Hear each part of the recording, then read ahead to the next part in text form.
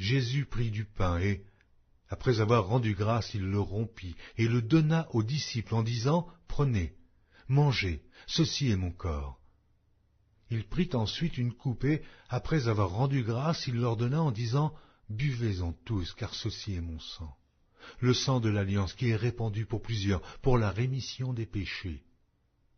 Je vous le dis, je ne boirai plus désormais de ce fruit de la vigne jusqu'au jour où j'en boirai de nouveau avec vous dans le royaume de mon Père. » Après avoir chanté les cantiques, ils se rendirent à la montagne des Oliviers.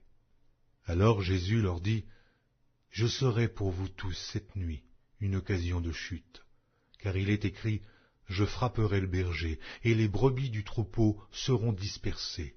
Mais, après que je serai ressuscité, je vous précéderai en Galilée. » Pierre, prenant la parole, lui dit, « Quand tu serais pour tous une occasion de chute, tu ne le seras jamais pour moi. » Jésus lui dit, « Je te le dis en vérité, cette nuit même, avant que le coq chante, tu me renieras 3 fois. » Pierre lui répondit, « Quand il me faudrait mourir avec toi, je ne te renierai pas. » Et tous les disciples lui dirent la même chose. Là-dessus, Jésus alla avec eux dans un lieu appelé Gethsémane, et il dit aux disciples, « Asseyez-vous ici, pendant que je m'éloignerai pour prier. » Il prit avec lui Pierre et les 2 fils de Zébédée, et il commença à éprouver de la tristesse et des angoisses. Il leur dit alors, « Mon âme est triste jusqu'à la mort. Restez ici et veillez avec moi. » Puis, ayant fait quelques pas en avant, il se jeta sur sa face et pria ainsi, « Mon Père, s'il est possible que cette coupe s'éloigne de moi, toutefois, non pas ce que je veux, mais ce que tu veux. » Et il vint vers les disciples et il les trouva endormis. Et il dit à Pierre, « Vous n'avez donc pu veiller 1 heure avec moi?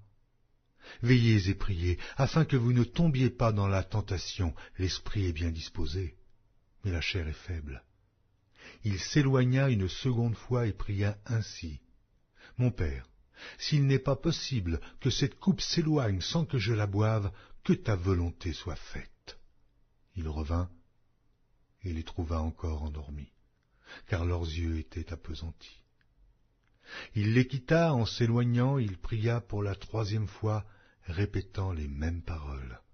Puis il alla vers ses disciples et leur dit, « Vous dormez maintenant, et vous vous reposez. Voici l'heure est proche, et le Fils de l'homme est livré aux mains des pécheurs. Levez-vous, allons. Voici celui qui me livre s'approche. » Comme il parlait encore, voici, Judas, l'un des 12, arriva, et avec lui une foule nombreuse, armée d'épées et de bâtons, envoyés par les principaux sacrificateurs et par les anciens du peuple.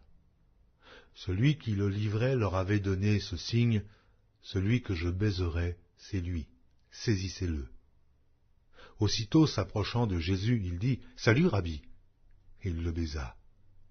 Jésus lui dit, « Mon ami, ce que tu es venu faire, fais-le. » Alors ces gens s'avancèrent, mirent la main sur Jésus et le saisirent. Et voici, un de ceux qui étaient avec Jésus étendit la main et tira son épée. Il frappa le serviteur du souverain sacrificateur et lui emporta l'oreille. Alors Jésus lui dit, « Remets ton épée à sa place, car tous ceux qui prendront l'épée périront par l'épée. Penses-tu que je ne puisse pas invoquer mon Père, qui me donnerait à l'instant plus de 12 légions d'anges? Comment donc s'accompliraient les Écritures d'après lesquelles il doit en être ainsi? » En ce moment, Jésus dit à la foule, « Vous êtes venus comme après un brigand, avec des épées et des bâtons, pour vous emparer de moi. J'étais tous les jours parmi vous, vous enseignant dans le temple, et vous ne m'avez pas saisi. Mais tout cela est arrivé afin que les écrits des prophètes fussent accomplis. » Alors tous les disciples l'abandonnèrent et prirent la fuite. Ceux qui avaient saisi Jésus l'emmenèrent chez le souverain sacrificateur Caïphe, où les scribes et les anciens étaient assemblés. Pierre le suivit de loin jusqu'à la cour du souverain sacrificateur.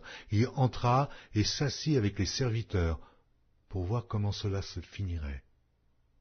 Les principaux sacrificateurs et tout le Sanhédrin cherchaient quelques faux témoignages contre Jésus, suffisants pour le faire mourir.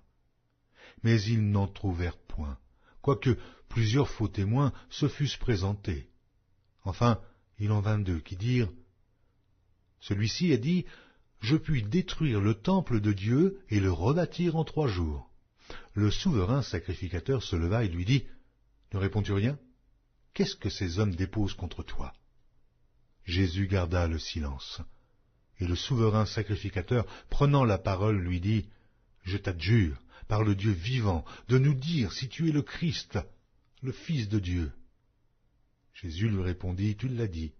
De plus, je vous déclare, vous verrez désormais le Fils de l'homme, assis à la droite de la puissance de Dieu et venant sur les nuées du ciel. » Alors le souverain sacrificateur déchira ses vêtements, disant, « Il a blasphémé, qu'avons-nous encore besoin de témoins? Voici, vous venez d'entendre son blasphème, que vous en semble ?»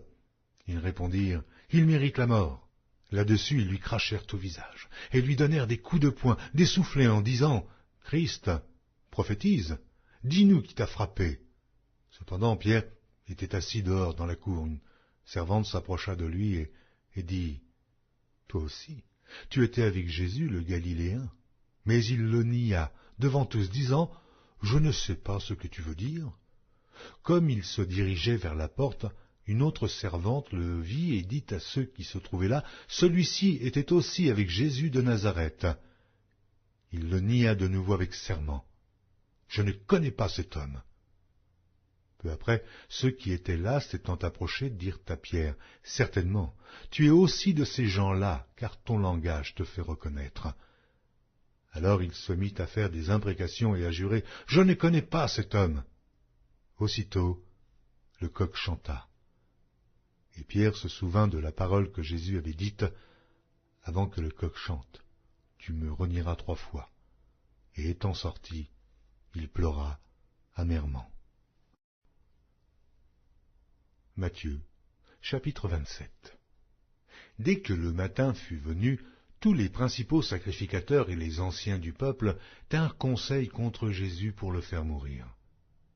Après l'avoir lié, ils l'emmenèrent et le livrèrent à Ponce Pilate, le gouverneur. Alors Judas, qui l'avait livré, voyant qu'il était condamné, se repentit, et rapporta les 30 pièces d'argent aux principaux sacrificateurs et aux anciens, en disant « J'ai péché en livrant le sang innocent. » Ils répondirent « Que nous importe? Cela te regarde. » Judas jeta les pièces d'argent dans le temple, se retira et alla se pendre.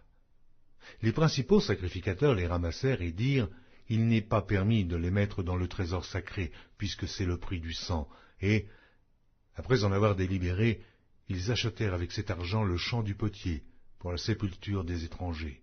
C'est pourquoi ce champ a été appelé champ du sang, jusqu'à ce jour. Alors s'accomplit ce qui avait été annoncé par Jérémie le prophète. Ils ont pris les 30 pièces d'argent, la valeur de celui qui a été estimé, qu'on a estimé de la part des enfants d'Israël, et ils les ont donnés pour le champ du potier, comme le Seigneur me l'avait ordonné.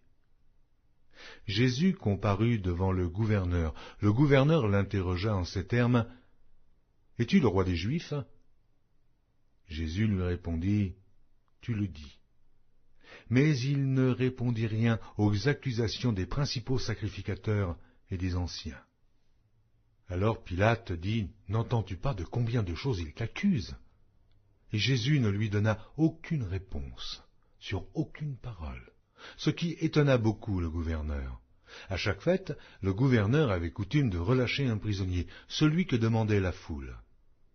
Il avait alors un prisonnier fameux nommé Barabbas. Comme ils étaient assemblés, Pilate leur dit, « Lequel voulez-vous que je vous relâche, Barabbas ou Jésus, qu'on appelle Christ ?» Car ils savaient que c'était par envie qu'ils avaient livré Jésus.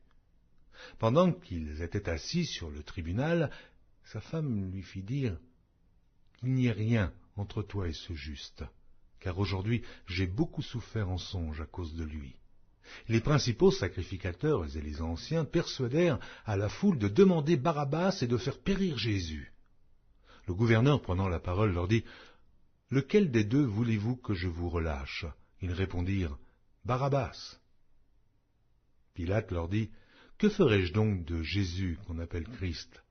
Et tous répondirent, « Qu'il soit crucifié. » Le gouverneur dit, « Mais quel mal a-t-il fait ?»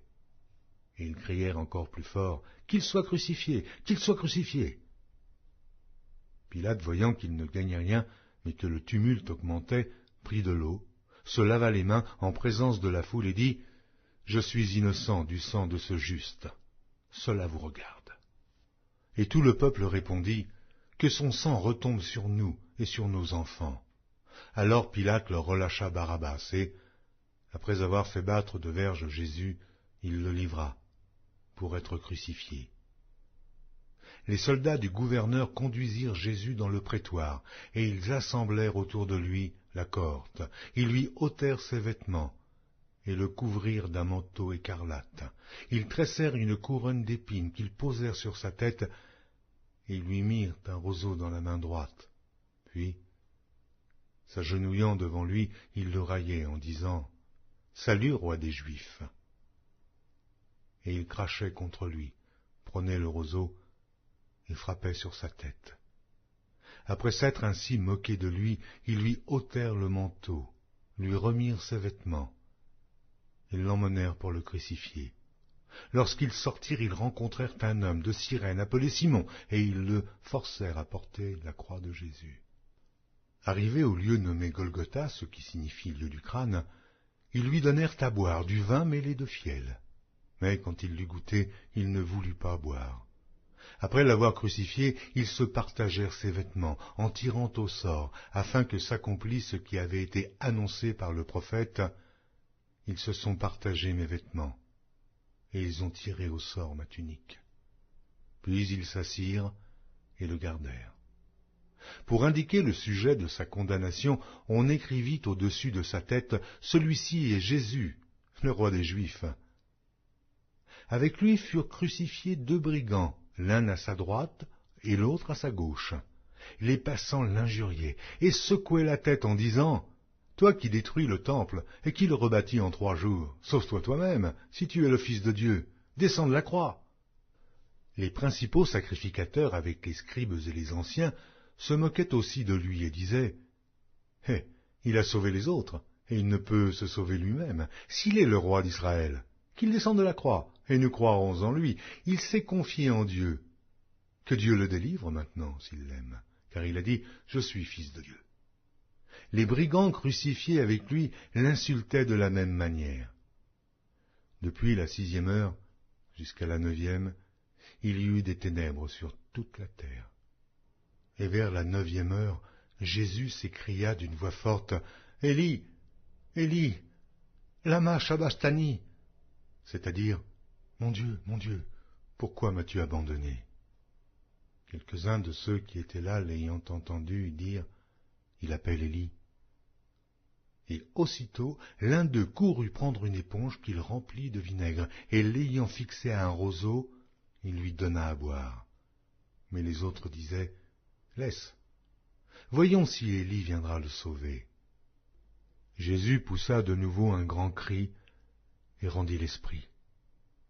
Et voici le voile du temple se déchira en 2, depuis le haut jusqu'en bas, la terre trembla, les rochers se fendirent, les sépulcres s'ouvrirent, et plusieurs corps des saints qui étaient morts ressuscitèrent, étant sortis des sépulcres après la résurrection de Jésus. Ils entrèrent dans la ville sainte et apparurent à un grand nombre de personnes.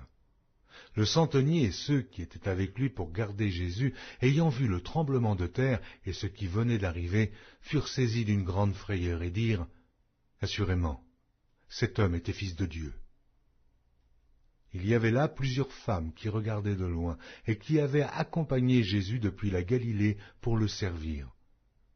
Parmi elles était Marie de Magdala, Marie, mère de Jacques et de Joseph, et la mère des fils de Zébédée. Le soir étant venu, arriva un homme riche d'Aritamée, nommé Joseph, lequel était aussi disciple de Jésus. Il se rendit vers Pilate et demanda le corps de Jésus, et Pilate ordonna de le remettre. Joseph prit le corps, l'enveloppa d'un linceul blanc et le déposa dans un sépulcre neuf qu'il s'était fait tailler dans le roc. Puis il roula une grande